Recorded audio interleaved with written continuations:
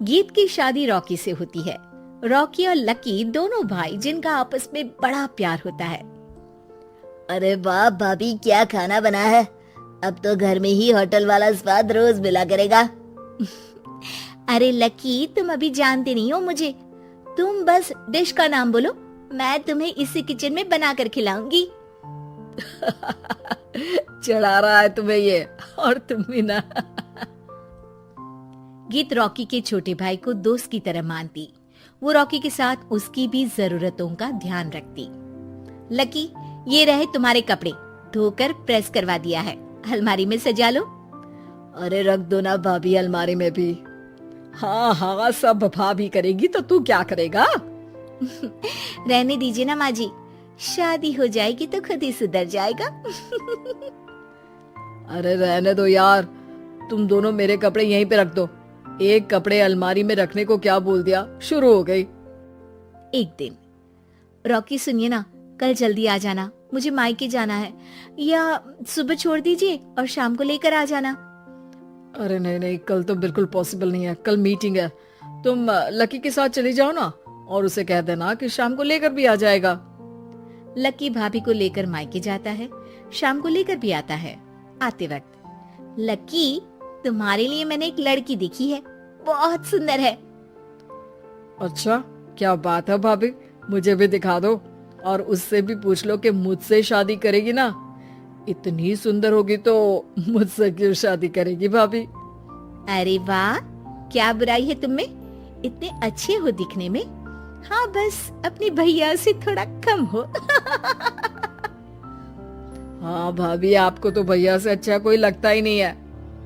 Lucky, तुम्हारे भैया हैं ही लाखों में एक। रात में दोनों घर आते हैं, लेकिन थोड़ी ही देर में उनके घर रॉकी की मौत की खबर आती है। हे भगवान, ये क्या हो गया? मेरा बेटा मुझे वापस कर दो।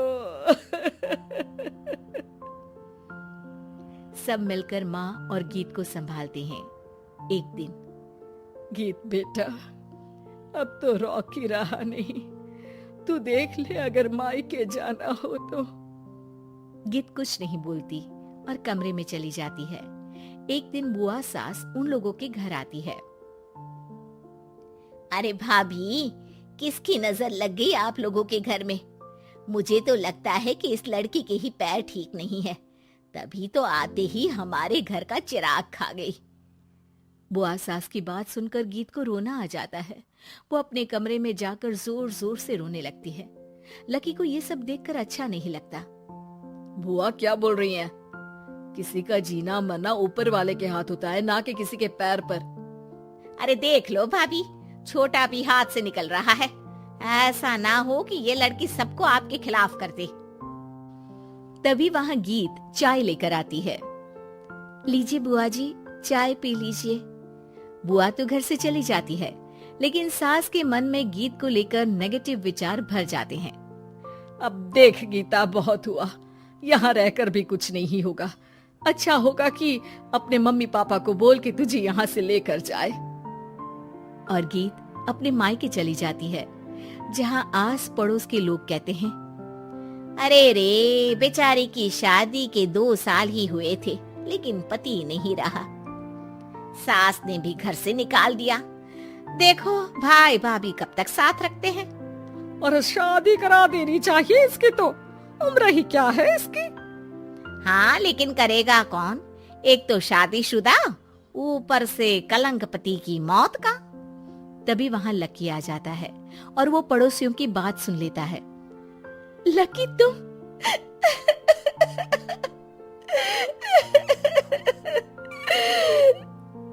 भाभी, ये जमाना आपको जीने नहीं देगा, लेकिन आप चिंता मत करना, मैं आपको आपके हिस्से की सारी खुशियां दूंगा। लीजिए, माँ ने आपका ये बैग भेजा है, इसमें आपके जरूरी सामान है जो वहीं रह गए थे।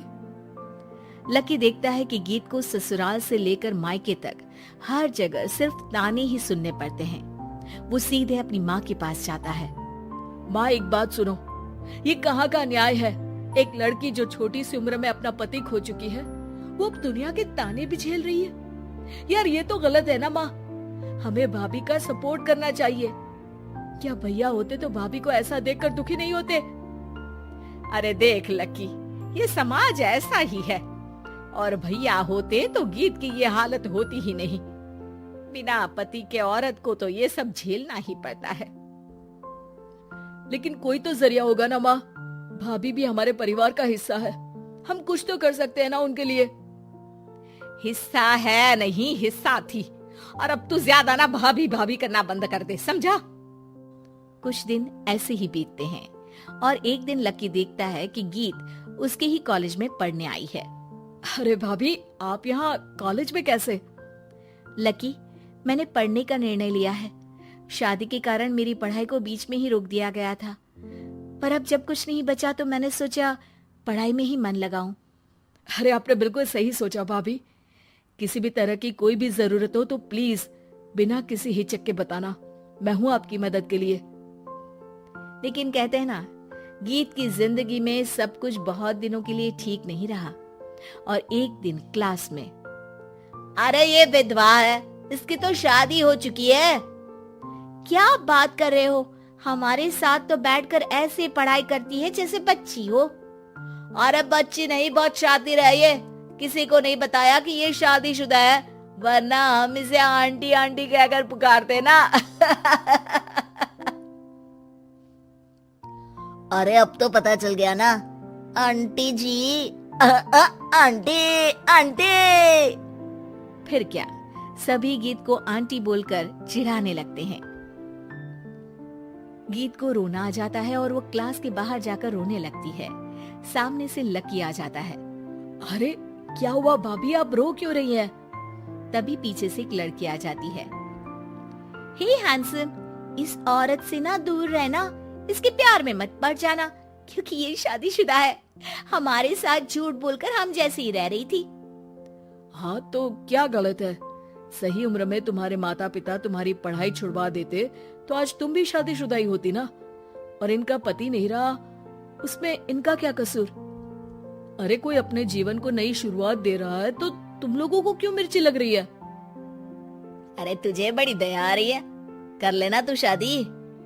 लकी तब तो कुछ नहीं बोलता, लेकिन ये बात उसके मन में घर कर जाती है।